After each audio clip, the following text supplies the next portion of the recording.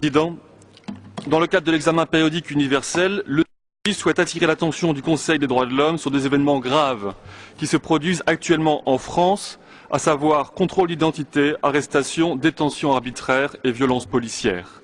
Depuis plus de 8 mois, des millions de Français manifestent pacifiquement dans toute la France pour défendre la famille et les droits des enfants contre une loi qui crée un droit à l'adoption et au mariage pour des couples de même sexe.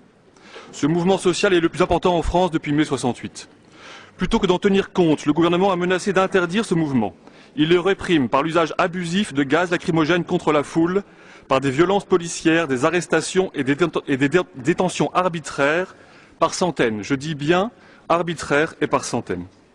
Monsieur le Président, entre le 24 et le 26 mai, ce sont 350 personnes qui ont été interpellées et détenues en garde à vue jusqu'à 3 jours durant.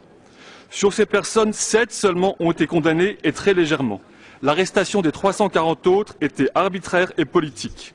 En plus, ces dernières semaines, des centaines de personnes ont été arrêtées et retenues au prétexte de contrôle d'identité. Souvent cela au faciès, parce qu'elles portent un vêtement marqué du symbole du mouvement de la manifestation que je vous présente ici.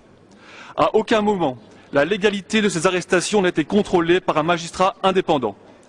Ces manifestants sont à présent fichés par la police. En outre, le gouvernement a ordonné l'identification dans l'armée des officiers proches de ce mouvement.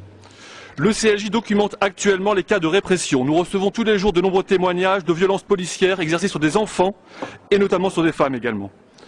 Monsieur le Président, cette répression doit cesser. Elle démontre un dysfonctionnement grave du système de la garde à vue et des contrôles d'identité. Le CEJ invite donc respectueusement le Conseil des droits de l'homme à se saisir de ces violations particulièrement graves pour un pays qui se targue d'être exemplaire dans le respect des droits de l'homme. Je vous remercie.